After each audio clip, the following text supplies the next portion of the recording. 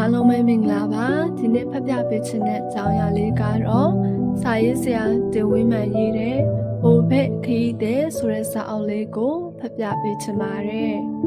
ဝိညာဉ်ဆိုတာတနေရာထဲမှာကြွယ်ကပ်နေတာမဟုတ်ခရီးသွားနေတဲ့ငါတို့တွေဟာဝိညာဉ်ခရီးသွားများလို့သတိဝင်လာတဲ့အချိန်တကယ်အခွင့်ကောင်းကြီးပါပဲ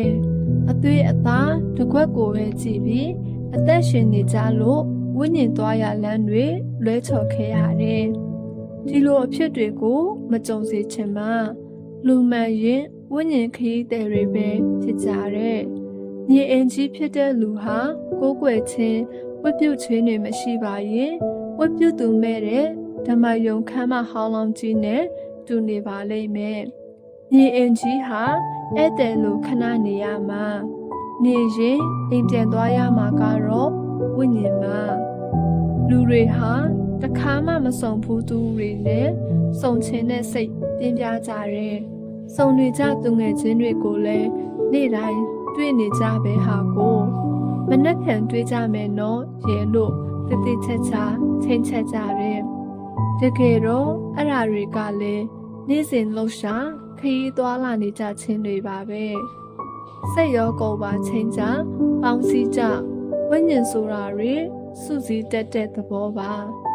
တူရစုစည်းတတ်တာလူသဘောဝိညာဉ်သဘောလည်းဖြစ်တယ်ဒါကိုမိတ္တဟာရရဲ့လို့ဆိုတတ်ကြတယ်မဟုတ်လားဝိညာဉ်ခရီးတဲ့အချင်းချင်းစိတ်ဝင်စားကြတာအင်မတန်ကောင်းပါတယ်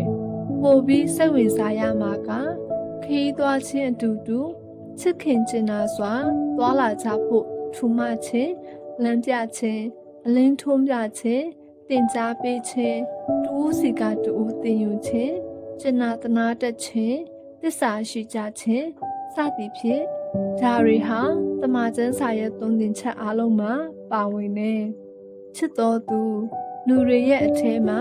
အသက်ဝိညာဉ်ဟာသက်ဝင်လှုပ်ရှားတာကိုလူကိုယ်တိုင်သတိမိတတ်ကြတယ်လူဆိုတာကိုယ့်အထဲကဝိညာဉ်ကိုယ်တော်အာယုံမပြုတ်ချင်ကြပဲဖျားရဲ့ဝိညာဉ်ကိုအာယုံပြုတ်နိုင်ဖို့မဖြစ်သေးပါ။အိုးငါဝိညာဉ်သာဝရဖျားကိုကောင်းချီးပေးလို့ရဲလို့ဒါဝိတ်ကြီးကဖွင့်ဆိုအာယုံပြုတ်ချင်းမွန်းတဲ့အခါဓမ္မယုံကိုကာယအသွေးအသားတော်ရှင်လန်းသွားမယ်လို့စာရေးသူခံစားမိတယ်။ဝိညာဉ်သက်ဟာအမြဲသက်ဝင်လှရှားတတ်တယ်။ဒါကိုသတိထားမိရှင်လူဟာမိမိကိုယ်ကိုပို့ပြီးဂရုပြုလာမယ်ဝိညာဉ်ခရီးမှာပြုံးဝတ်တက်လာမယ်အစိုးရကြောင့်ကောင်းမြတ်ခြင်းတစ်ခုစီကိုနေ့တိုင်းတွေ့လာမယ်ဝိညာဉ်လူမဟုတ်ပါပဲဘလို့ဖွင့်ပြချက်ကိုမှဖျားသခင်စီကရမှန်မထင်မှတပည့်တရွာတနယ်တကြီးကိုသွားပါမှခရီးသွားရဲလို့မဟုတ်ရပါလူဘဝခရီးသွားတွေဟာအိမ်တွင်းမှာပဲသွားလာနေကြတဲ့အခန်းမိဖို့ကြောင့်အခန်းတွင်သွားလာနေကြတာတွေကနေ့စဉ်တူဝခရီးစဉ်ထဲမှာပါဝင်နေတယ်လူဟာခရီးတွေသွားလာနေရတာနေ့စဉ်ရက်တိုင်းပါပဲအိပ်ပျော်ချိန်မှာတော့စိတ်ဆိုတဲ့အရာကမရက်မနာခရီးနေတယ်အိမ်မက်ထဲလူများစွာနဲ့ဆုံကြသေးတယ်တခါမှမတွေ့ဘူးသူတွေကိုလည်းအိမ်မက်မှာမြင်တွေ့ရတတ်တယ်။ဒါဟာလောကသားခရီးသားတွေရဲ့နေ့စဉ်တူဝခရီးတဲ့ခရီးသွားမှတ်တမ်းဘဝလေးတွေဖြစ်တဲ့